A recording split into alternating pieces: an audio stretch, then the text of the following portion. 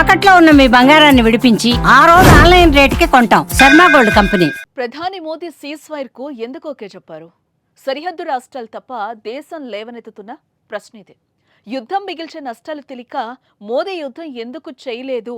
మోదీ వెనక్కు తగ్గడానికి కారణం ఏంటి? పాకిస్తాన్కు తగిన బుద్ధి చెప్పలేకపోయామన్నట్టు మాట్లాడుతున్నారు. దేశం మొత్తం యుద్ధం కోరుకుంటే మోదీ ఆగడానికి కారణం ఏంటో తెలుసుకునే ముందు భారత ఆర్మీ మాజీ చీఫ్ జనరల్ మనోజ్ నరవణే మాట్లాడిన మాటలు ఒకసారి వినండి. War is not romantic.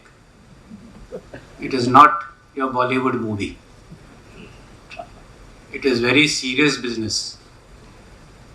And war or violence should be the last thing that we should resort to. And which is why our Prime Minister had said that this is not an era of war. Although wars will be forced upon us by unwise people, but war should not be what you cheer for. Again, people are asking that why did we not go for all-out war? But as a military man, if ordered, I will go to war. But that will not be my first choice. My first choice will always be diplomacy. How to settle differences through dialogue and not let it reach the stage of armed conflict. యుద్ధం మిగిల్చే నష్టంలో మాజీ army chief క్లియర్గా చెప్పారు కదా.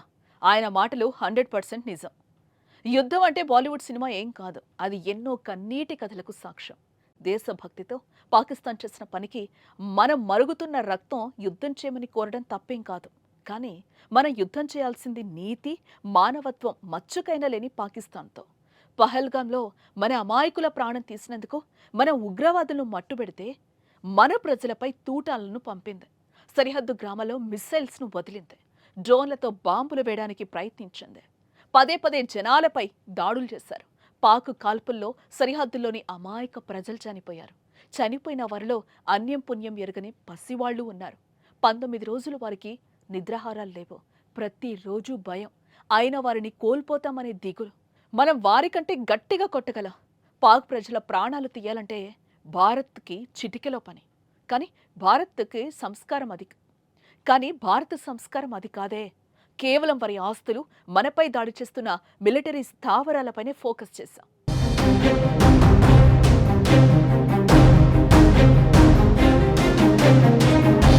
Sudden గా Bharat ceasefire కు okay చెప్పడం చాలా మందికి నచ్చలేదు.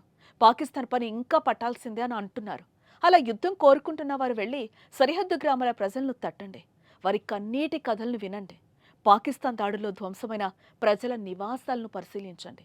గోడకు ఫోటో ఉండి దానికి వేలాడుతున్న దండలను చూడండి. అప్పుడు మోదీ యుద్ధం ఆపడం కరెక్టో కాదో మీకే అర్థమవుతుంది.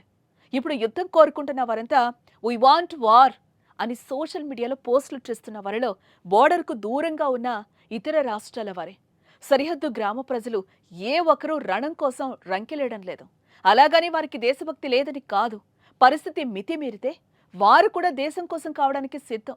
కాకపోతే ఆర్మీ మాజీ చీఫ్ మనోజ్ నరవణే చెప్పినట్లు యుద్ధాన్ని మనం ఎంచుకునే చివరి అవకాశంగా ఉండాలి.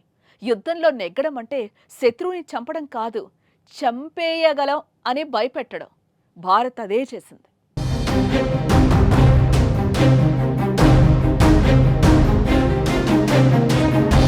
మనం తలుచుకుంటే పాకిస్తాన్ ప్రపంచ పటంలో ఉండదు. ఆ విషయం కూడా మనకు తెలుసు. కానీ యుద్ధం అంటే ఆషామాషి కాదు.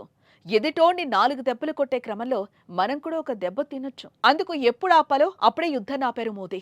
యుద్ధం సమస్యకు పరిష్కారం కాదని మోదీ వెనకడుగు వేయడం వెనుక బలమైన కారణాలుండే ఉంటాయి. అమెరికా చెబితే ఇండియా తగ్గుతుందనుకుంటే అది పొరపాటే. మనకు కలుగుతున్న నష్టాలు ఆలోచించవచ్చు. పోతున్న సామాన్యుల ప్రాణాలు, సైనికుల వీరమరణాలు కావచ్చు.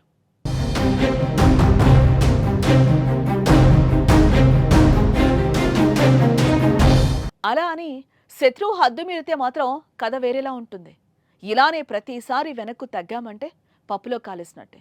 ఒక్కసారి ఇప్పుడు అటు నుంచి తూటా వస్తే ఇండియా పవర్ ఏంటో చూపించడానికి త్రివిధ దళాలు సిద్ధంగా ఉన్నాయి. పీఓకే కూడా ఇండియా వశం అవుతుంది. కాల్పుల విరమణ ఒప్పందం ఉల్లంఘిస్తే మాటల్లేవ్, మాట్లాడుకోవడాలు లేవని మోదీ చెప్పకనే చెప్పేశారు. ప్రధాని వార్నింగ్కి పాకిస్తాన్ పోసుకుంటోంది. అందుకే 20 రోజులుగా కవ్వించే పాక్ తుపాకులు మోదీ వార్నింగ్ నుంచి మూసుకొనున్నాయి. మరి యుద్ధం ఆపడంపై మీ కామెంట్ ఏంటో చెప్పండి.